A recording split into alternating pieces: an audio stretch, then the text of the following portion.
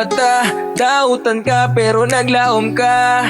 Kakita paghihapon bisan sakit na kaayo sa dughan. Sa kangit-ngit naglakaw, nagpangapa sa dalan. Wala ko kaibalo, nga sa kangit-ngit usab ni tanaw ka nako. Kamutra ang nakaplagan. Madapa ko, hinaot anda mo pahid sa mga samad nga dugay na kong gitago og gipugan sa kasakit. Hinaot ka uban ti ka sa paniudtog, panihapon hinaot sa manako. Dili ka matauhan mo biya sa akong kahimtangan. Sa kadagan sak agubot nga akong nabuhat, magpabilin pa ba ka sa akong kilid bisan sakit na kaayo ang tanan. Mga mata nga murag nakapiring, dili ko mahimutang. Nakadungog ko hubog ko gabi, naginusara ko sa kasamo kasakit nga gibantaya.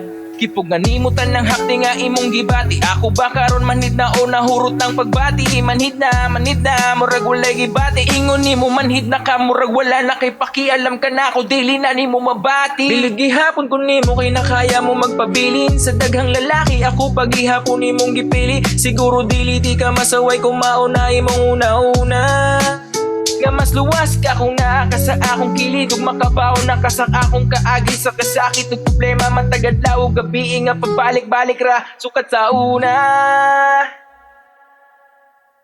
Ug kung mata ka na sa tinuod nga kahimtangan, paminawon pa ba nimo ang sigit sa kasi-kasi nga naglaom ug nagulat ka na ako sa walay kasiguruan. Ang imong pagbati para ka na ko pareha pa bagihapon. Nang among mga damgo wala na bay bili, wala na bay timbangan. Bisan mo ingon sila nga kwartara akong tanawon. Importante pa ka na ko bisan lain pa ang akong kauban. Ikaw gihapon akong pagampog tinguwa sa mata gabi o kadlawon. Dili ka pulis, busa dili ka mo hadlok mo anggo. Nun sa babay gusto ni mo nga hibawan ka na ko. Isulti lang og klaro, ayaw pagduha-duha, ayaw pagpanako sa tinuod nga kahimtangan. Ang pangutana ran ako karon palihog tubag ako. Magpabilin pa ba sa akong kilid o biya nagyugo?